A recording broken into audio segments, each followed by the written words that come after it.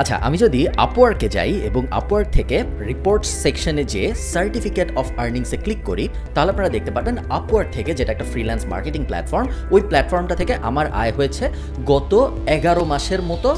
এখন আমি রেকর্ড করছি, আজকে হলো 11 মার্চ, এখানে দেখাচ্ছে 1 এপ্রিল 2021 থেকে। সো অ্যাবাউট গত 11 মাসে আমার আয় হয়েছে $40,000 মতো, গত 6 মাসে আয় হয়েছে $10,200 মতো, এবং এবছরের শুরু থেকে $1,169 মতো।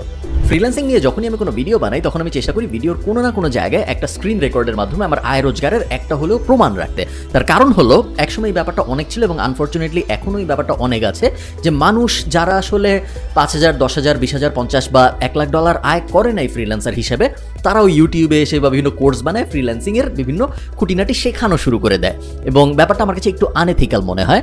কারণ দেখেন, আমি আয়ারল্যান্ড থাকি, যখন বাইরে সূর্য উঠে আমি কিন্তু দৌড়াতে যাই মাঝে মধ্যে, কারণ আমি চাই ফিট থাকতে, ফেয়ার। এখন উসাইন বোল্টও দৌড়ায়, কিন্তু উসাইন বোল্ট অলিম্পিকে দৌড়ায় গোল্ড মেডেল জিতে। তো উসাইন বোল্ট অলিম্পিকে দৌড়ায় গোল্ড মেডেল জিতে, আমি হয়তো যখন দৌড়াই তখন আধা ঘন্টা দৌড়াইলে আমার 50-100 ক্যালোরি বার্ন হয়। আমি যদি এখন কিভাবে দৌড়াইতে হয় শিখাই, এবং আমি যদি এটা দাবি করি আমিও তো দৌড়াই, সো আমি শিখাইতে পারবো, তাহলে ব্যাপারটা একটু আনএথিক্যাল মনে হয়, তাই না? ব্যাপারটা হওয়ার কথা না ওরকম। উসাইন বোল্ট যদি শিখায় তাহলে ব্যাপারটা ফেয়ার, কারণ ও সর্বোচ্চ পর্যায়ে খেলেছে, ওর অনেক এক্সপেরিয়েন্স আছে, যেটার ব্যাপারে পুরো দুনিয়া জানে, এবং ও প্রমাণ দিতে পারবে যে আমার এই এক্সপেরিয়েন্স আছে, দেখো আমি এই জায়গায় এই করেছি, ওই জায়গায় এই করেছি। তো উসাইন বোল্ট যখন দৌড়ানো শিখাবে তখন ব্যাপারটা ফেয়ার, আমি যখন দৌড়ানো শিখাবো তখন আসলে ব্যাপারটা ফেয়ার না। ফ্রিল্যান্সিং নিয়ে যখন কথাবার্তা হয়, প্রথমেই এবং সবচেয়ে কমন যে প্রশ্নটার সম্মুখীন আমি হই, এবং এই প্রশ্নটার সম্মুখীন আমি গত 10 বছর ধরে বিভিন্ন সময় হয়ে এসেছি, তা হলো, ভাই আমার একটা কম্পিউটার আছে বা আমার একটা মোবাইল আছে, আমি কি ফ্রিল্যান্সার হইতে পারবো নাকি? এটার উত্তরটা না খুব সহজ, আবার খুব কমপ্লিকেটেডও। সহজ উত্তর হলো পারতেও পারেন, নাও পারেন। কেন আমি এটা বলতেছি, আমি একটা অ্যানালজি দিই আবার, তাহলে আপনারা বুঝতে পারবেন। ধরেন আমার বাসায় একটা ব্যাট আছে, এখন সাকিব আল হাসানের বাসায় একটা ব্যাট আছে, ক্রিকেট ব্যাট। এখন যদি আমি আপনাকে জিজ্ঞেস করি যে ভাই আমার বাসায় একটা ব্যাট আছে, আমি কি খুব ভালো ক্রিকেট প্লেয়ার হইতে পারবো নাকি? উত্তরটা হলো পারতেও পারি, নাও পারি। আমার বাসায় ব্যাট আছে, এইটার সাথে আমার ভালো ক্রিকেট প্লেয়ার হওয়ার তেমন কোনো সম্পর্ক আসলে নাই। একটা হলো কাজটা করার টুল, আর একটা হলো কাজটা করার স্কিল শিখে অ্যাকচুয়ালি কাজ করতে পারা। সাকিব আল হাসানের বাসায়ও ব্যাট ছিল, আমার বাসায়ও ব্যাট ছিল। সাকিব আল হাসান হয়েছে, আমি কিছুই হইতে পারিনি ক্রিকেটের দুনিয়ায়। আমাদের দুজনেরই সেম টুলের অ্যাক্সেস ছিল, ক্রিকেট ব্যাট বলেন, ক্রিকেট বল বলেন। কেউ যখন আমাকে জিজ্ঞেস করে যে ভাই আমার কম্পিউটার আছে বা আমার মোবাইল আছে, আমি কি ফ্রিল্যান্সার হইতে পারবো নাকি, বা আমার ল্যাপটপ আছে, আমি কি হইতে পারবো নাকি, এক্স্যাক্টলি সেম জিনিসটাই আমার মাথায় আসে, যে আপনার কাছে একটা জিনিসের টুল আছে, তার মানে এইটা না আপনি ওই টুলটা ব্যবহার করে সর্বোচ্চ পর্যায়ে যেয়ে কাজ করতে পারবেন, বা ওই বিষয়ে যা যা জানার আছে বা ওই ইন্ডাস্ট্রির একজন এক্সপার্ট হয়ে যেতে পারবেন। পারতেও পারেন, নাও পারেন, বাট টুল থাকার বা না থাকার সাথে এই ব্যাপারটার আসলে কোনো সম্পর্ক নাই। আপনি যদি একজন ফ্রিল্যান্সার হতে চান, তাহলে আমি 5টা পয়েন্টের কথা বলবো, যে 5টা পয়েন্ট আমার মনে হয় আপনার খুব সিরিয়াসলি কনসিডার করা উচিত। পয়েন্ট নাম্বার 1, ফ্রিল্যান্সিং কিন্তু এক ধরনের চাকরি। অনেকেই আমরা যখন চটকদার বিজ্ঞাপন দেখি বা বিভিন্ন জায়গায় ফ্রিল্যান্সিং শিখুন, এই করুন, ওই করুন, এরকম কথাবার্তা শুনি, আমরা একটা জিনিস রিয়েলাইজ করি না, যে ফ্রিল্যান্সিং এক ধরনের চাকরি। অনেক জায়গায় অনেকে দেখবেন এটাও বলে যে চাকরি করব না, ফ্রিল্যান্সার হব। এই কথাটা না একটা অক্সিমোরন। অক্সিমোরন মানে হলে কথাটার প্রথম ভাগের সাথে শেষ ভাগটা কনফ্লিক্ট করে। কারণ চাকরি করবো না, ফ্রিল্যান্সিং করবো বলার মানে কি? ফ্রিল্যান্সিংও তো এক ধরনের চাকরি। ইনফ্যাক্ট ফ্রিল্যান্সিং অনেক ক্ষেত্রে আরও বাজে ধরনের চাকরি। তার কারণ আপনি যখন নর্মাল চাকরি করেন, আপনি একটা কোম্পানির এক ধরনের কাজ করেন, আপনি একটা বসের কাছ থেকে সাধারণত আইডিয়া নেন বা ইনস্ট্রাকশন নেন, এবং আপনি ওই বসের কাছেই সাধারণত কাজ ডেলিভার করেন। একজনের সাথে আপনার কাজ করতে হয় সাধারণত, একটা এনভায়রনমেন্টের মধ্যে আপনার কাজ করতে হয় সাধারণত। আপনি যখন কাজ শুরু করেন চাকরির, আপনার কনস্ট্যান্টলি অন্য চাকরি খুঁজতে থাকতে হয় না, কারণ একটা চাকরি আপনাকে মাস শেষে বেতন দেওয়ার নিশ্চয়তা দেয়। অন দ্য আদার হ্যান্ড, আপনি যখন ফ্রিল্যান্সিং করেন, আপনি অনেকগুলা বসের সাথে কাজ করতেছেন। যে কোনো বস যে কোনো সময় আপনাকে ফায়ার করে দিতে পারে। আপনার কাজ আরও অনেক রিগোরাসলি, আরও অনেক সিরিয়াসলি ট্র্যাকড হয়। সবসময় আপনার অন্য আরও কীভাবে নতুন প্রজেক্ট পাওয়া যায়, নতুন ফ্রিল্যান্সিংয়ের কাজ পাওয়া যায়, এই ধরনের টেনশনের মধ্যে থাকতে হয়। ডেডলাইন নিয়ে আরও অনেক বেশি সিরিয়াস থাকতে হয়, এবং আরও অনেক অনেক অনেক ঝামেলা থাকে সাধারণত ফ্রিল্যান্সিংয়ের দুনিয়ায়, কম্পিটিশন একটা, ইত্যাদি ইত্যাদি। সো যখন কেউ আপনাকে বলবে যে ভাই তোর চাকরি করার দরকার নেই, তুই ফ্রিল্যান্সার হ, এই কথাটার থেকে একটু সতর্ক থাকবেন, কারণ ফ্রিল্যান্সিং অনেক ক্ষেত্রেই আরও বাজে ধরনের একটা চাকরি হিসাবে আপনার জীবনে প্রতীয়মান হতে পারে, এবং এটা যদি আপনি না বুঝেন তাহলে আপনি খুব বড় একটা ট্র্যাপে পড়ে যাবেন। তো কথা হলো, তারপরেও মানুষ কেন ফ্রিল্যান্সিংয়ে এত আগ্রহী?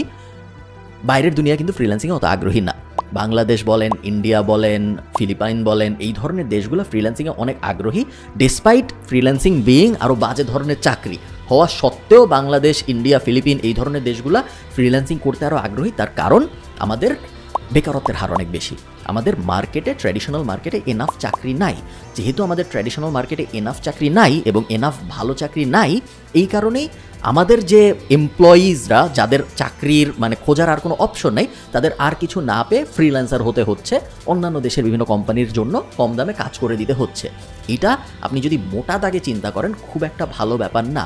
একটা খুব সিম্পল ব্যাপার আপনি চিন্তা করেন, আমেরিকান একটা ছেলে যখন সে গ্র্যাজুয়েট করে বের হচ্ছে, বা আইরিশ একটা ছেলে বা ইউকের একটা ছেলে যখন সে গ্র্যাজুয়েট করে বের হচ্ছে, সে কিন্তু ভাবে না যে আমি আপওয়ার্কে যে ফ্রিল্যান্সার হব।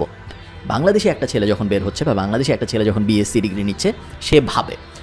এই যে বাংলাদেশি ছেলেটা ভাবছে এবং আইরিশ বা ইউকের ছেলেটা ভাবতে হচ্ছে না বা ভাবছে না, বাংলাদেশি ছেলেটার আসলে খারাপ হচ্ছে। বাংলাদেশি ছেলেটা তার জীবনের জন্য একটা খারাপ কাজ করছে। সে ফ্রিল্যান্সিংকে তার পেশা হিসেবে নিচ্ছে, যেটা কখনোই একটা সারা জীবনের জন্য পেশা হওয়া উচিত না। এটার ইকুইভ্যালেন্ট হইলো আমেরিকায় আপনি দেখবেন অনেকে গ্যাস স্টেশনে কাজ করে কিছুদিন, রেস্টুরেন্টে কাজ করে কিছুদিন। ফ্রিল্যান্সিংটা আপনার জীবন ওই রকম হওয়া উচিত। আপনি কুইক মানির জন্য একটু কাজ করবেন, আপনি কিছুদিন ফ্রিল্যান্সিং করবেন, তারপর আস্তে করে বের হয়ে আসবেন এইরকম, বা এক্সপিরিয়েন্সের জন্য কাজ করবেন, বা ওই এক্সপিরিয়েন্সটা নিয়ে পরে একটা বিজনেস দাঁড় করানোর জন্য অনেক অ্যাঙ্গেলে আপনি কাজ করতে পারেন। বাট ফ্রিল্যান্সিংয়ে আপনার সারা জীবনের ক্যারিয়ার হবে, এটা কখনোই আপনার জন্য হওয়া উচিত না। সেকেন্ড টিপটা হলো try to find an industry that's less competitive. এটা খুব জেনেরিক একটা অ্যাডভাইস, বাট এই অ্যাডভাইসটা খুবই সত্য এবং যতই দিন যাচ্ছে এই অ্যাডভাইসটা আরও সত্যি হচ্ছে। যখন আপনি ঠিক করলেন যে না আমি ফ্রিল্যান্সিংই করব, আপনার প্রথম কাজ হওয়া উচিত এমন একটা ইন্ডাস্ট্রি সিলেক্ট করতে যে ইন্ডাস্ট্রিটার কম্পিটিশন অন্যান্য ইন্ডাস্ট্রির তুলনায় কম্প্যারেটিভলি কম। একটা খুব সহজ রুল আছে এটা বোঝার জন্য, যেই ইন্ডাস্ট্রিতে মানুষ বেশি সেই ইন্ডাস্ট্রির কম্পিটিশন বেশি, যেই ইন্ডাস্ট্রিতে মানুষ কম সেই ইন্ডাস্ট্রির কম্পিটিশন কম। এটা একটু একটা হ্যাক টাইপ উপায় বোঝার জন্য আপনার কোন ইন্ডাস্ট্রিতে যাওয়া উচিত, বাট এই হ্যাকটা বেশিরভাগ সময় কাজ করে। ধরেন কথার কথা, আপনি কি কখনো শুনেছেন যে গ্রাফিক ডিজাইনার হয়ে ভালো ফ্রিল্যান্সার হওয়া যায়? আপনি শুনেছেন, আমি জানি। এবং আপনি যেহেতু এটা শুনেছেন, তার এই মানে আপনি শুনেছেন এই লজিকটার কারণেই এই ইন্ডাস্ট্রিটা ভালো ইন্ডাস্ট্রি না। এই ইন্ডাস্ট্রিতে অনেক মানুষ অলরেডি চলে গিয়েছে, এই ইন্ডাস্ট্রির সাপ্লাই অনেক বেশি, সো অনেক চিপ লেবার অলরেডি ঢুকে গিয়েছে। এবং যেহেতু অনেক মানুষ এই ইন্ডাস্ট্রিতে চলে গিয়েছে, এই ইন্ডাস্ট্রিটার ভিতরে যে আপনি একটা কম্পিটিটিভ অ্যাডভান্টেজ পাবেন এই চান্স অনেক কম। এখন পাবেন না তা তো বলা যায় না, পাইতেও পারেন। এখন যার একটা পা নেই সে কি মাউন্ট এভারেস্টে উঠতে পারে না? থিওরিটিক্যালি পারে, অনেক মানুষ হয়তো উঠছেও। যার একটা পা নেই, যে অন্ধ, এরকম অনেক কেস আমরা দেখি, বাট ওগুলো এক্সেপশনকে এক্সাম্পল বানায় আমিও পারবো এই লজিক দেওয়াটা আমার মতে উচিত না। ঠিক এই কারণেই অনেকে দেখবেন জিজ্ঞেস করে যে মোবাইল দিয়ে কি ফ্রিল্যান্সিং করা যায়? কোনো না কোনোভাবে ঘুরায় পেঁচায় অনেক চেষ্টা ভাবনা করে, চিন্তা ভাবনা করে, মোবাইলটাকে একটা মনিটরের সাথে লাগায় টাগায় কোনো না কোনোভাবে সাইবার ক্যাফে মিলে হয়তো সম্ভব।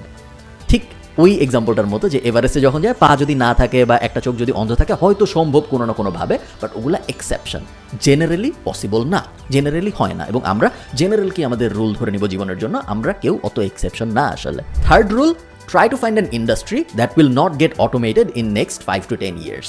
এটা আমি সবসময় বলি, অটোমেশন খুব সিরিয়াস একটা থ্রেট এবং এই থ্রেটটা আমরা কেউ ওইভাবে রিয়ালাইজ করি না, কারণ আমরা ভাবি অটোমেশন বা এআই যখন আসবে রাস্তায় মনে হয় রোবট হাঁটতে থাকবে, ওই রোবটগুলো মনে হয় আমাদের চাকরি নিয়ে নেবে।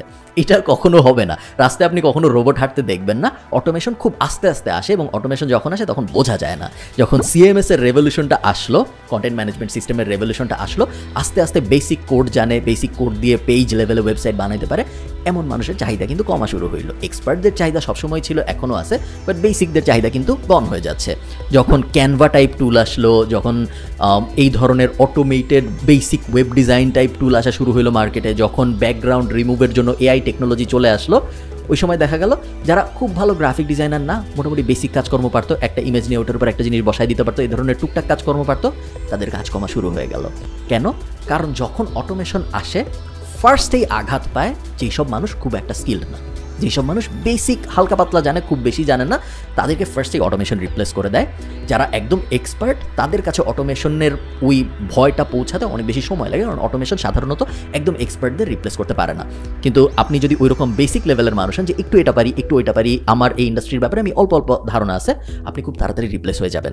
ভিডিও এডিটিং থেকে শুরু করে, ফটো এডিটিং থেকে শুরু করে, ওয়েবসাইট বানানো থেকে শুরু করে, ইভেন কোডিংও এখন অটোমেটেড হয়ে গেছে অনেক ক্ষেত্রে, যেখানে আপনি খালি বলতেছেন অটোমেশনের মাধ্যমে কোডটা হয়ে যাচ্ছে।